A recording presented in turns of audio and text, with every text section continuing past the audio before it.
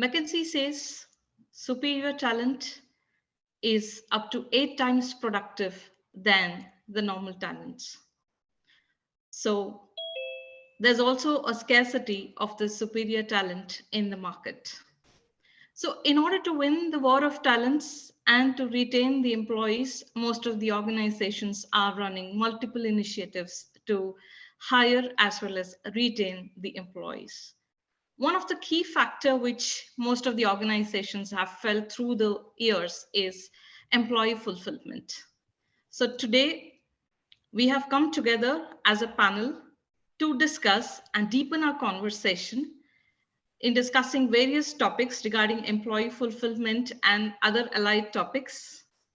One of the important things that we have to solve is we need to fill the leaking bucket and fill it with the finest stuff that's imaginable. So I would like to ask the viewers, how many of you have actually quit your jobs in the past because you have felt that the jobs were not meaningful enough, or rather meeting your purpose in life? There are many of you out there. So what exactly is employee fulfillment? And what do you think is the primary source of employee fulfillment at the workplace? And of course, how does it affect the businesses and the business outcomes?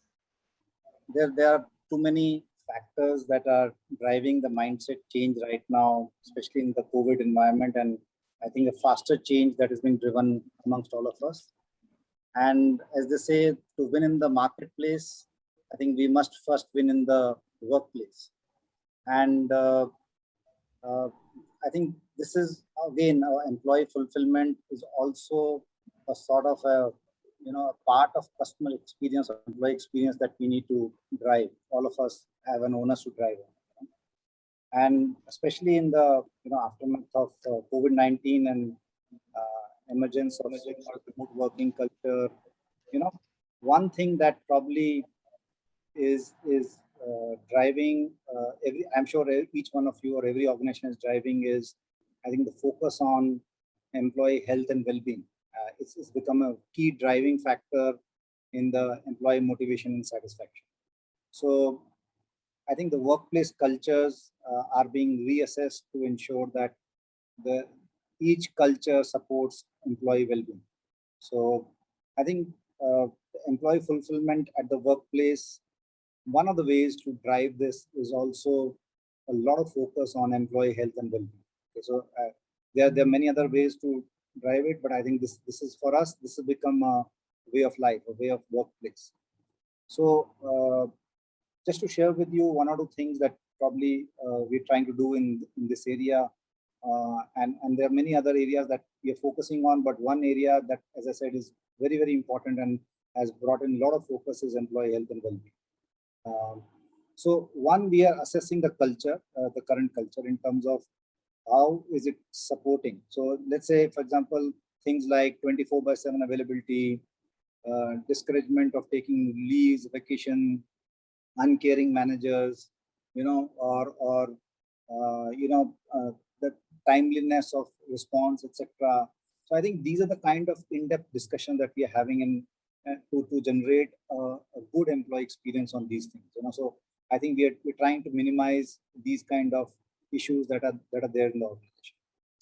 Secondly, I think the need for employee involvement and in selection and design of specific initiatives for them, especially like, for example, well-being programs are being designed and created with a sense of ownership along with them. So that has become a very, very important aspect. So employee involvement has gone up.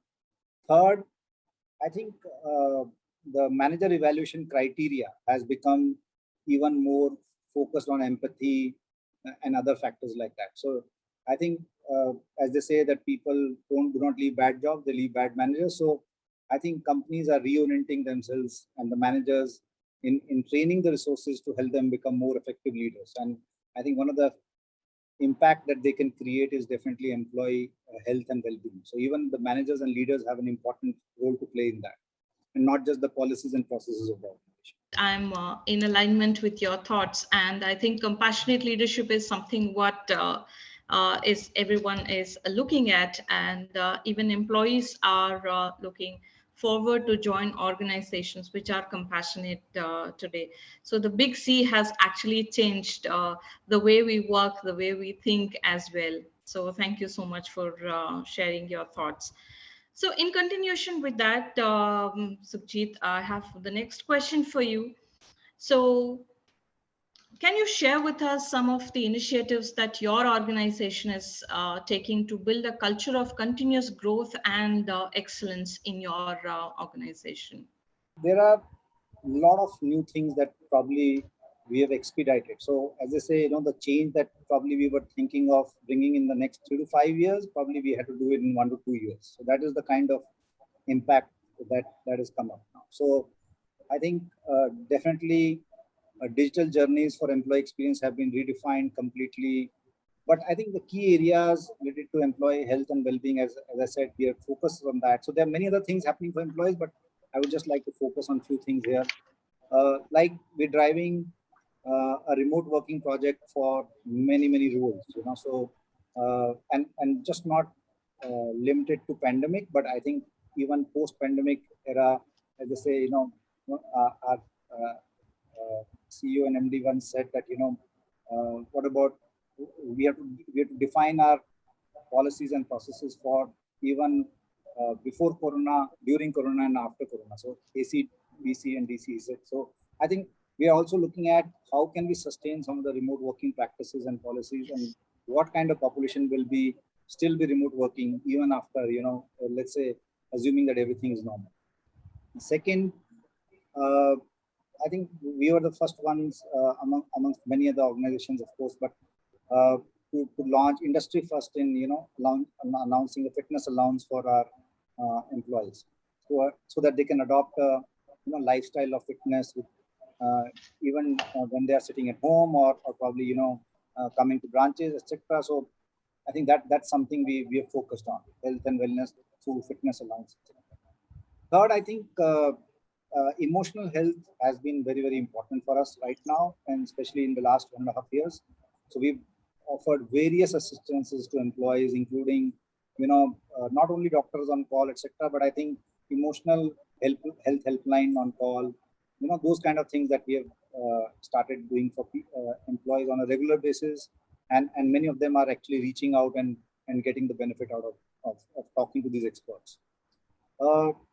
Then I think to raise the emotional quotient in our managers, especially during this time, and more focus on other leadership skills by managers instead of just driving goals and driving the KRAs, the people manager program has been completely reoriented. So there's a lot of focus on emotional quotient right now in the people manager program. And of course, we have a lot of focus on, again, Kotak DNA. So we have a Kotak DNA which got redone with new alignment to the new behaviors, and connecting them to the organization purpose, values, etc.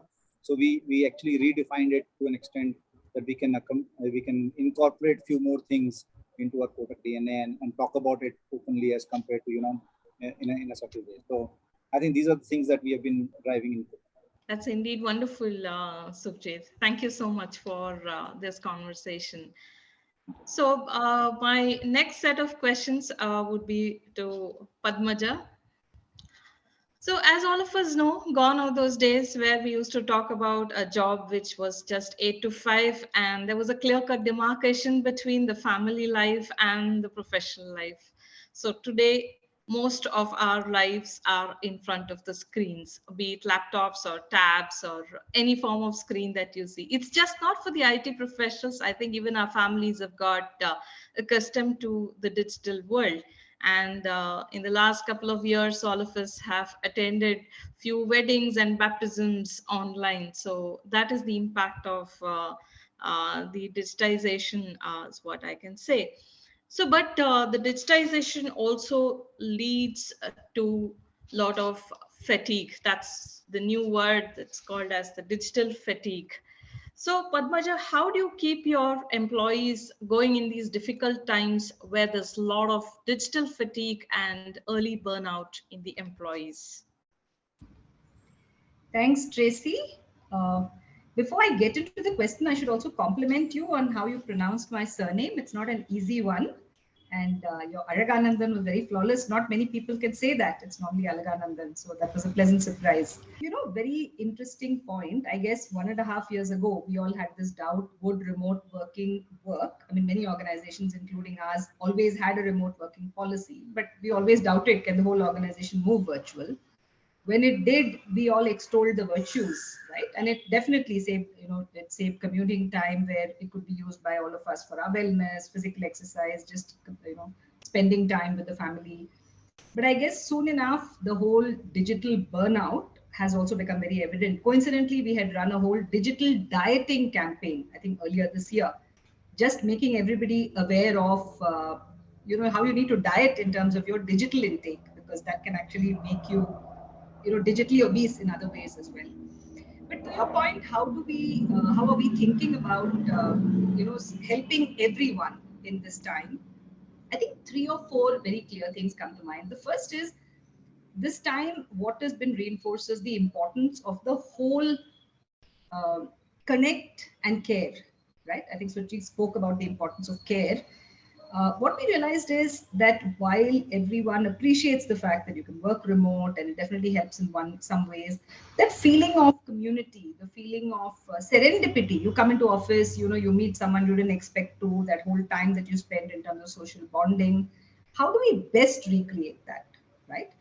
So we've really been encouraging our leaders, encouraging all our people managers, that how do you spend more time with your teams? I mean, our chairman says we all take pride in spending time with our clients. That's really important. That's the core of who we are. Let's also focus spending time with our teams, because that's how we can create that whole bonding which is there.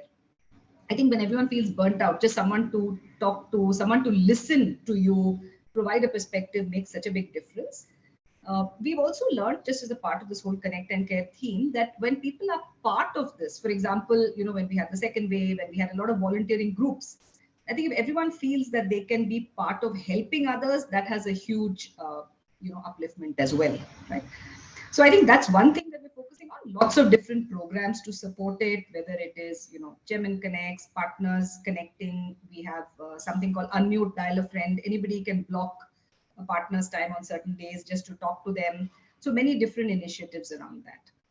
I think the second one that we're looking at very seriously is just helping in terms of growth and development, right? I think everyone feels that as they look at the changed world around us and so many new opportunities, there are more challenges, but so many new opportunities. So if you want to reskill yourself, you want to do something very different, right? Let's say there's a huge opportunity in the ESG space, but you think about is it something that you can pick up? So the second area that we're putting a lot of focus on is just helping everyone upskill in areas that they are finding of relevance to them, whether it's digital, whether it's new areas such as, ESG and others. In fact, we are committed that we will spend a minimum of 1% just on upskilling our people, whether it is leadership development programs or just helping them get ready for a different area of work, right? And that's the second thing, because if everyone feels that you have an opportunity to reinvent yourself where you are, that can be very uplifting as well. Maybe the third area that I'll just talk about is just, we try to see how do we help manage this burnout, whether it's policies on, how many hours a day do you have to be with your teams and how many hours do you just flex it, right? So you agree that you work 5 hours a day with your teams, the others do it the way you want, log in early morning, late night, whatever works for you. We keep track of those who have spent more than X amount of hours, 2 weeks in a row, and then reach out to them and their managers, with prompts and nudges on what they can do. Someone who hasn't taken leave. So technology allows for a lot of those things. So Tracy, it needs to be a multi-pronged approach which addresses the basics of people being burnt out, which then goes to the other element of feeling supported and part of a community that genuinely cares, and then equipping everyone to be able to reskill if they so choose and take on other careers, within the firm. Sorry. Yeah, that was indeed wonderful. As a follow-up question, I have something to say. So what pandemic also taught us is learning new skills. I guess most of us picked up either cooking or new art or a new hobby or something like that. So similarly, most of us have also got into a lot of new professional interests as well. So how do you support your workforce in exploring professional interests and goals and align them with the broader business objectives of your organization? Right, right. So I think there are different ways that we have been trying to do that, Tracy. One is, we have, for many interests that people have, we have, close to 16,000 people in PwC India across different regions. So we have regional groups that, get together on whether it's biking or whether it's, like I said, cookery, it could be a particular art, whether it's exercise. We have groups that may do a Sunday morning run, Nandi Hills, Cubbon Park, or just go on a bike ride to Alibag or some other place. So there are many groups where we try and bring that community together, and people may join who are first timers, and they bring the families along. A lot of this is open to families as well. So that's, I think, one level at which it's done. I spoke about all our investments in reskilling. So we put in a lot of effort into curating and just helping people figure out other interests, which we would allow them to, work within the firm itself, right? Maybe I should also talk about our PwC Foundation, because that's where we've kind of enabled all our people where you can have chargeable time. In a professional services organization, utilization, chargeable time are important goals, and you can have chargeable time that you can spend in the foundation. So you can volunteer in terms of teaching, you can volunteer in terms of time spent in remote villages, right, for the programs that we support. So I think that's another way that we really enable everyone to follow whatever is their passion and things that make them feel that they've made a difference. And I think that is a very important aspect for all of us, isn't it? We would like to feel that we're able to give back and that we've made a difference. That's, of course, beyond the client service work that is done, because for everyone to feel that you're making a difference through the work that you do is very, very important. That's part of the purpose, and that's something that we try to also drive. That's indeed wonderful, ma'am. So another thing, what we also tried out during this pandemic was making learning available on any device. So learn anywhere on any device is something that has actually helped our employees to upskill themselves, learn new technology domain or skill, or even in terms of behavioral trainings or leadership trainings as well. So learning was made easy, and some of the organizations even went all out to offer free courses to the employees and the student fraternity as well. So there's a lot of compassion as well as learning, upskilling, everything going on together in the last couple of years. Thank you so much, Padmaja. My next question would be to Dr. Pramath Sinha. So, what are some of the ways to identify the correct approach to employee training so it aligns with personal and organizational goals and objectives? You being one of the founder members of Harappa Education, so what was the approach that you all took for employee training? Thank you, Tracy. Thank you for inviting me. And I would have normally deferred to some of the people leaders on this panel because they've spent much more time thinking about this. I come much more from a higher education and formal education perspective, so I'm kind of still feeling my way through it. But in the experience we've had so far, I would say the following. First and foremost, I think understanding the organization's context and the company strategy, vision, and goals are very important. I find that several times companies say, listen, just give us your courses and let people take them. And I find that in itself seems very exciting as a concept that, we are bringing high quality courses to our internal environment and giving people freedom to choose. But I've found over time that to be least effective. And it's in fact very important that companies and organizations are very explicit about what their goals are, what their targets are, what their context is, and based on that, why are they choosing a particular set of learning content or courses to offer their employees. So I think understanding that, or we often have to force people to articulate that to us. It's not just a matter of having a budget and spending the money.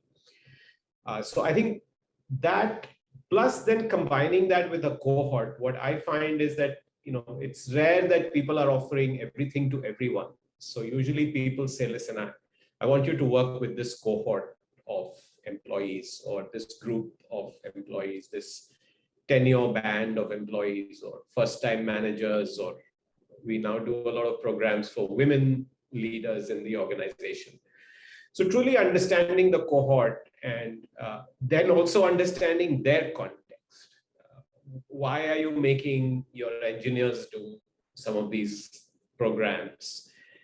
Do you just want to develop their leadership skills and expect them to play a more general management role? Or do you want them to become better communicators as engineers on the shop floor, and so on? So again, similar understanding as the understanding of the company, but then understanding of the cohort and the group that people want you to engage with. Then doing some sort of a skills benchmarking of these folks once you've got that cohort identified seems to be an important step. Almost like doing a diagnostic assessment, which is what you'd call it in the formal learning environment, or where people stand when they are starting any learning journey or any program that you're doing. Finally, two other things, and I'll stop. One is, to some extent, if you have the opportunity, and it can be done at scale, and you can do it at scale using digital tools and online techniques, is understanding some individual motivations as well. Just giving people a chance to articulate what they want to do, in addition to what the organization wants them to do, or what the organization wants them to learn. Or sometimes the perception that the organization is forcing them to learn, but to also just ask them that, what would you like to learn? And do you think this is important or not important? So just understanding their personal and individual goals in addition to the organizational goals is important. And sometimes you may not have the flexibility, but just the act of asking and giving them space to articulate that plays a big role. And finally, tailor-making courses and customizing courses or the training programs that we do into learning journeys and pathways that are customized. Now, it may seem that that's almost too much to do or too complex to do. But in fact, today's technologies do allow you to do that much more. I come from an old school, very in-person classroom, lecture-based environment, but the technological tools now really allow you to mass customize, in the sense that you can customize at scale. So spending time thinking about, what's the right set of learning interventions for a group of people, almost like you were doing a small cohort, but then using technology to do that at scale is another very exciting new approach to making sure that employee training does get aligned. So those are some thoughts based on the relatively recent experience that I've had doing this in a more digital and online environment. Yeah, that's wonderful to know, Dr. Pramath. And considering the Gen Z population that we are addressing these days, so learning definitely has to go to another level where it is more digitized and meet the requirements of the Gen Z population. So that's indeed nice to know. So my next question for you would be on digital fatigue. So digital fatigue often holds back learning. So how do you ensure that the employees stay actively engaged in their career and skill development in this current scenario? Yeah, this is a big one, right? It's not just digital fatigue on email and Zoom calls, but it's also digital fatigue from from Netflix and Zoom TV and Apple TV and digital entertainment. We are all sort of vying for that extra sliver of time where we can now slip in learning as well. Well, the first thing I'm realizing is that people will only spend a limited amount of time per day on learning. So at least at Harappa, in the most common typical case, there are people who spend more time and less time, and people binge on some of our work, but roughly 20-25 minutes is what people are spending on a daily basis on consuming something that is genuinely learning driven and a concept or a framework or a new idea that we want to teach them. So that's the amount of time you have. And trying to increase that and trying to grab more time or more share, at least right now, I find that is a pipe dream. Like I said, some people do more, some people do less, but what we have is that, and how do you try to then make the best of that and avoid the fatigue? Again, I don't have a silver bullet answer, but there's a bunch of things that we try to do. I used to always think that things like gamification and cohort-based learning and social learning and so on are nice sort of flavor of the month kind of ideas, but they work. They work bringing in gamification, leaderboards, making people excited about, oh, you've done well, here's a badge, here's something to celebrate this week, does make a difference, at least to some people. So like I said, there's no silver bullet. So you have to try all of these things out, and some of them work for some people and some of them work for other people. So I do think making the learning environment more interactive, making people practice things, maybe bringing in gamification, bringing in social learning, like creating peer groups where they share and learn, makes a big difference and takes away from that. And the one thing I should say, the digital fatigue is most commonly identified with the self-learning, purely recorded content where you don't have any of this going on. So that's kind of the base level. And clearly that is the base level where you're pushing content which is recorded and it's not interactive at all. So the whole idea is, how do you add to that? So one of the things that we found we can't go away from is to intersperse what is this the asynchronous learning or recorded videos with live master classes, and we now do a lot of those at Harappa, where that allows people to actually interact with a human being, even if it's not for the whole thing, at least for part of the course, and that makes a big difference. It makes the seemingly boring recorded part much more engaging and breaks that fatigue. So that brings in the social and interactive element. I think that adding some real world problem solving, so saying, listen to this and then go and try something out, or watch this or learn this and go try it out, and let's come back and interact on that. Even just allowing them to record their comments, even if you were not monitoring what they were writing, and giving them feedback, and in some cases doing that also, but making them go and do something and come back makes a big difference. I saw that in the formal education environment also, in the university settings that I'm involved in. Faculty actually made students do things in the kitchen, made them do things with pets and furniture and so on during the lockdown. And that really actually enhanced learning in some ways, because you couldn't do that in the classroom, right? People can't bring pets in or cook in the classroom. So I think those kinds of things where you say, listen, learn this, do it, come back, try it, learn from it, come back, and so on, helps a lot.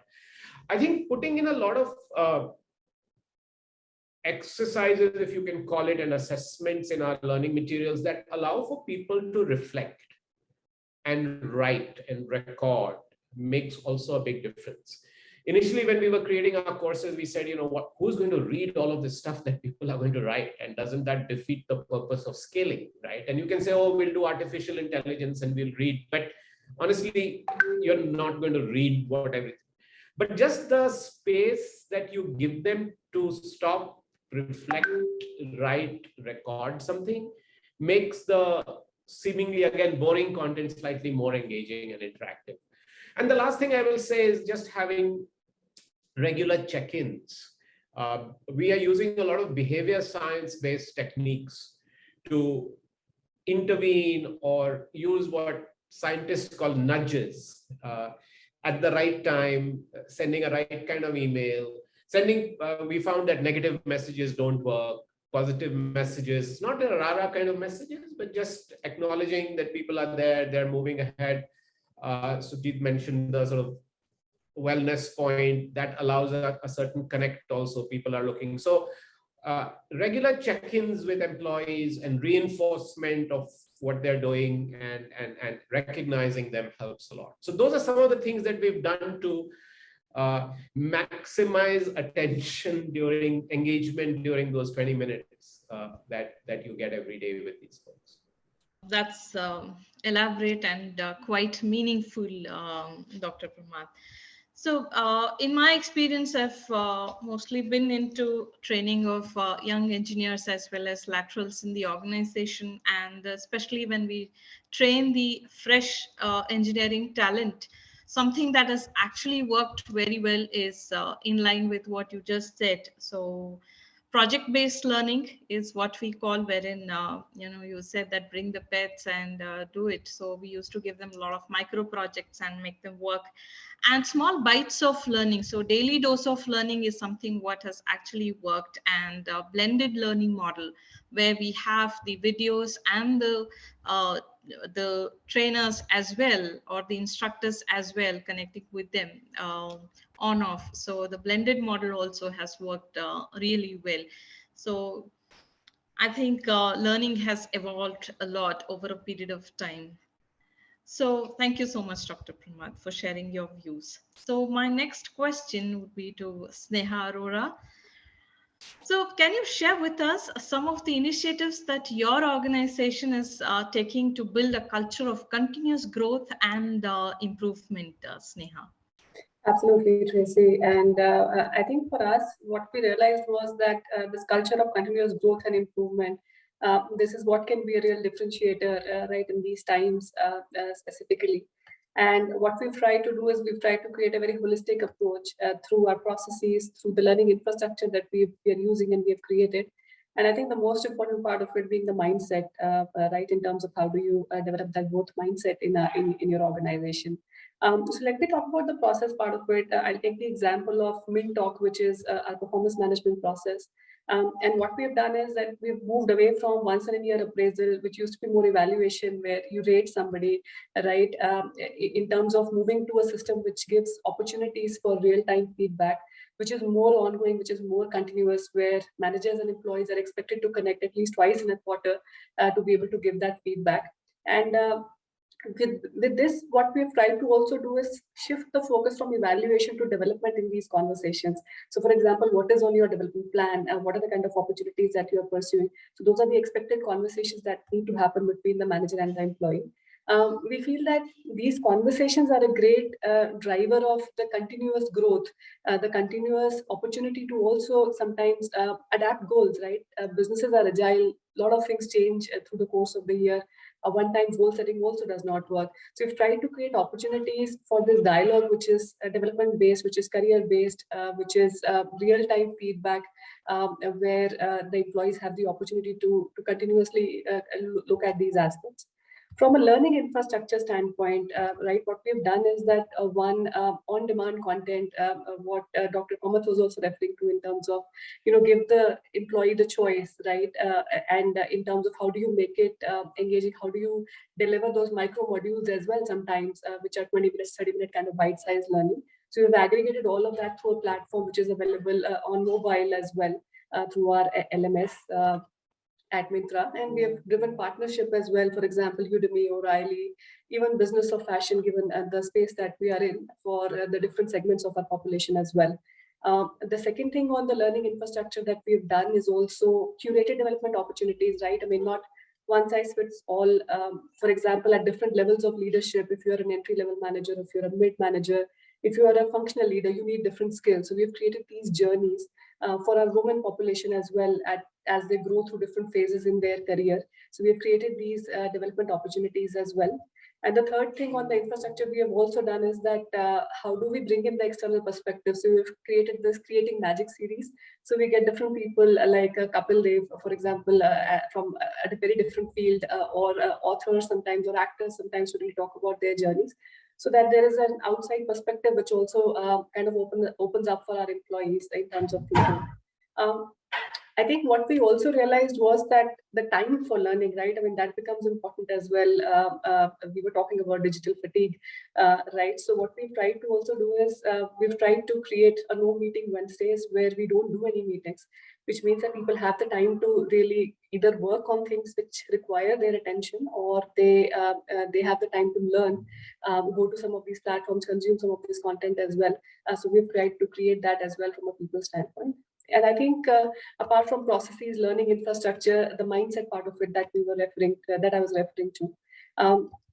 One of our values at Myntra, Tracy, is aiming high, right? And how do we have people take bolder bets, take bigger goals, right? But not punishing for failure. So if you are aiming really high, there are chances that you may not land on the moon, but you may be 10 feet far away from that. So how do you create that culture of having moonshots?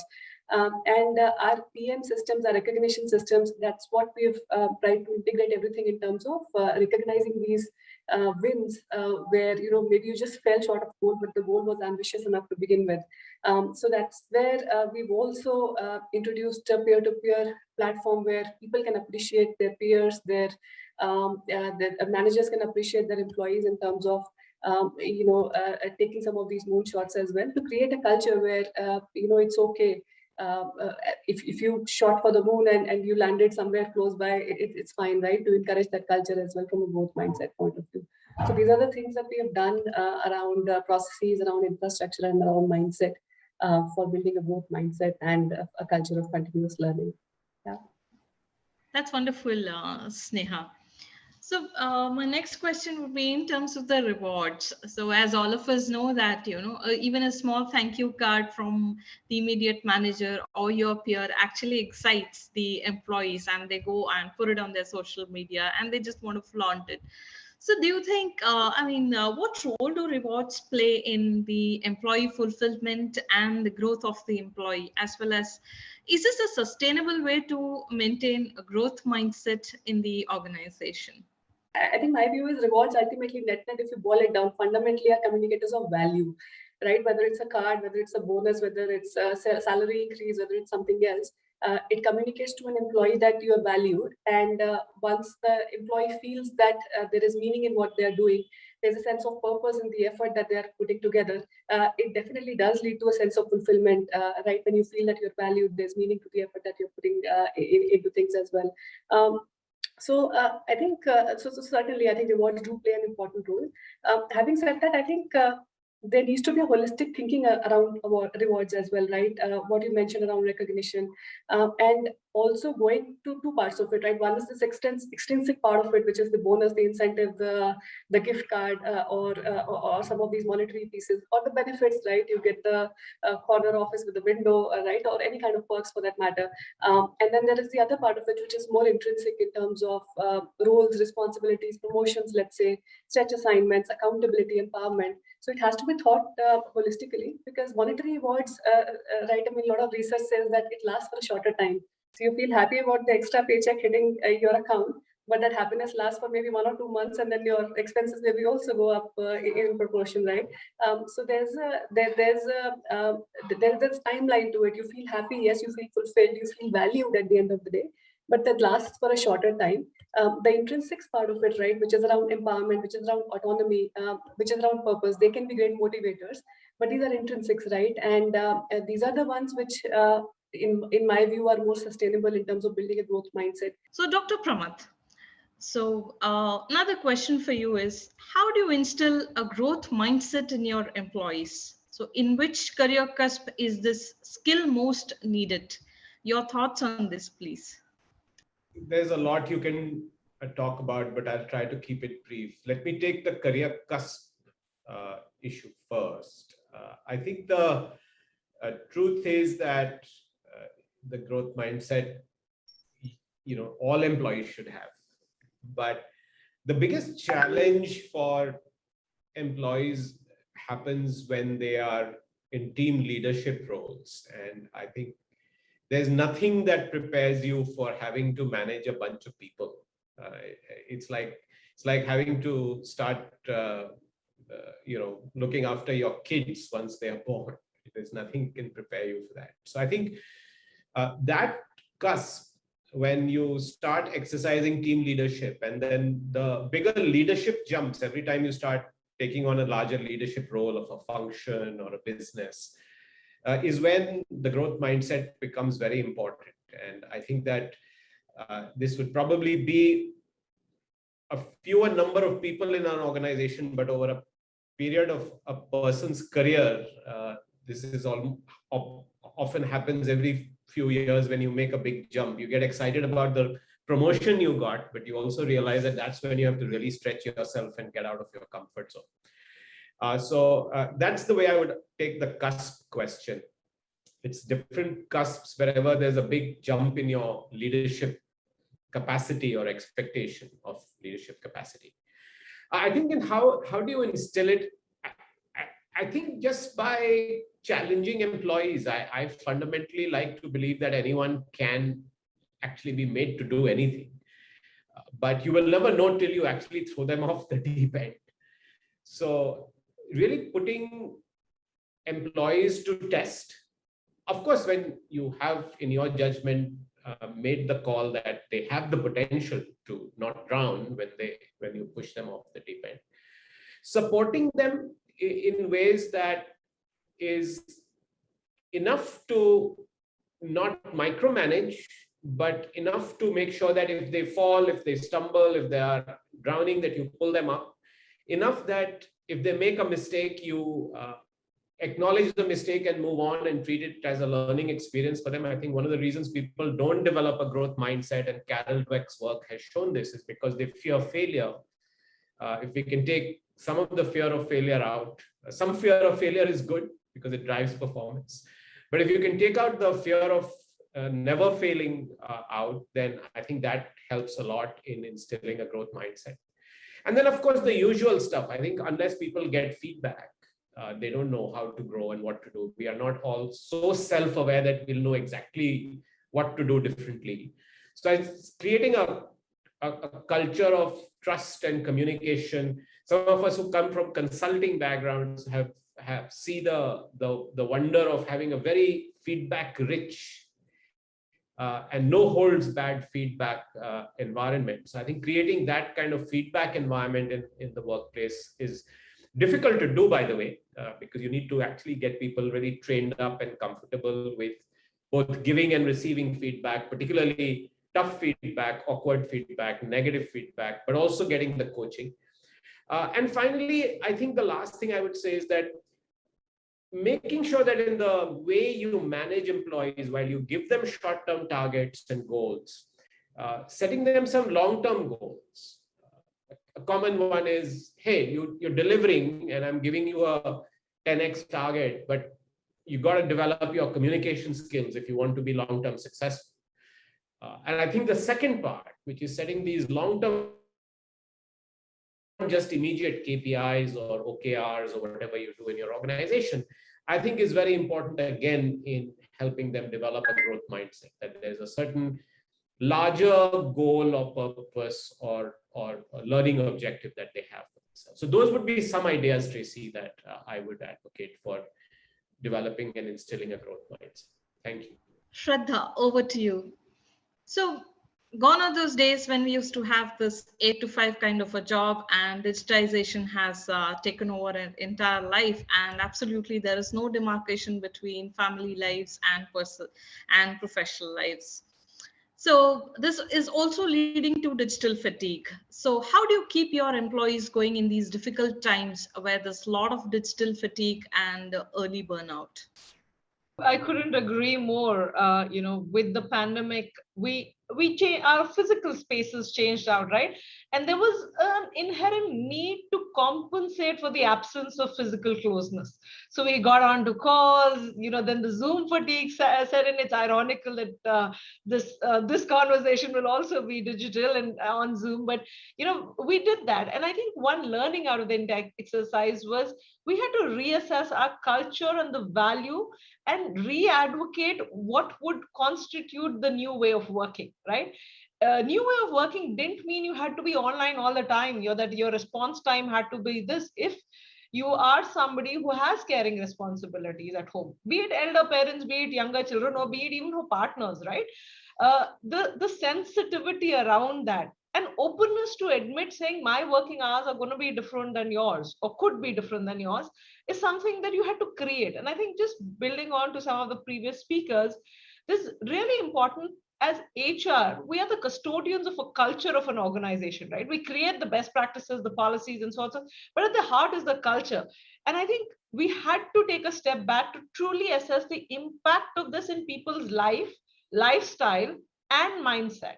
Right. So I'll give you a few examples in terms of what specifically did we do. One was turning around the clock, turning back the clock, as we call it. We actually removed, slots of 30 minutes and 60 minutes from our meeting calendars itself. By default, there were 25 minutes. Now, it is a very small thing, and I think now most companies have done it.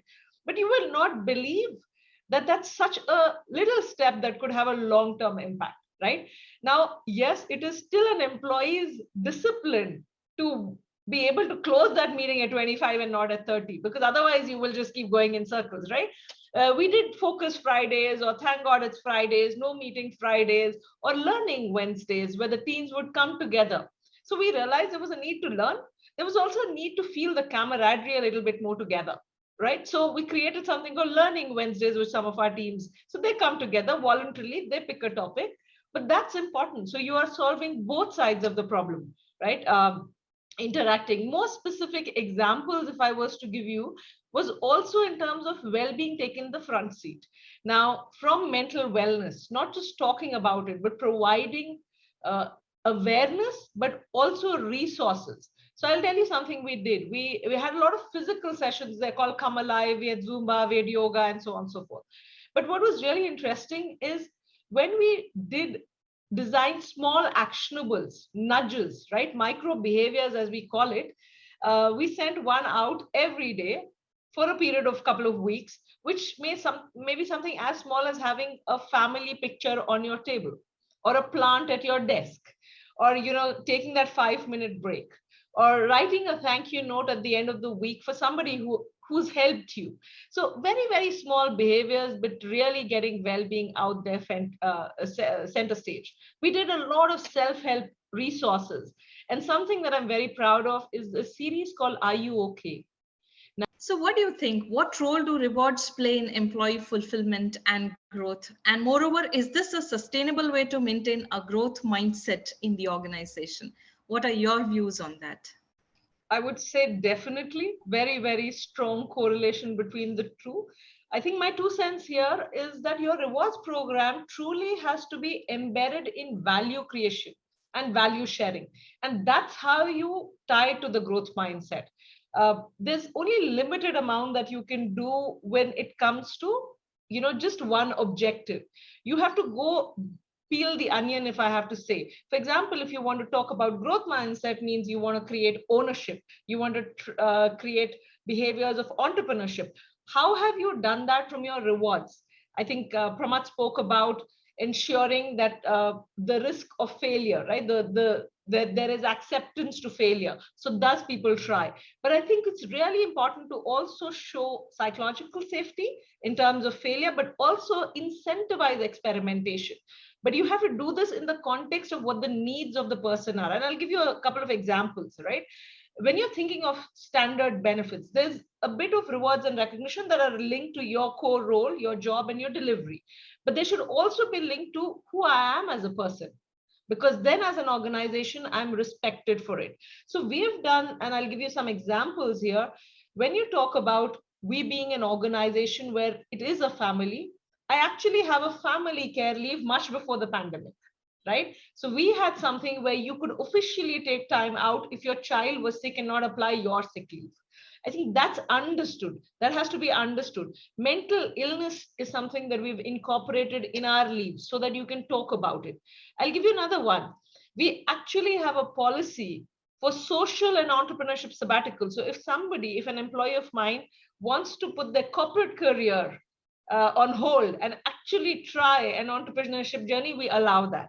There's a process around it, there's a selection process, but we do it. So that's the point. You have to make it very clear what is the employee value creating and how important is that value to the organization, and ensure that that's incorporated in the behavior. So entrepreneurship, accountability, and that is what fosters growth mindset. I think that's my crisp answer to that one. So you have summed it very well and brought out the importance of compassionate leadership again.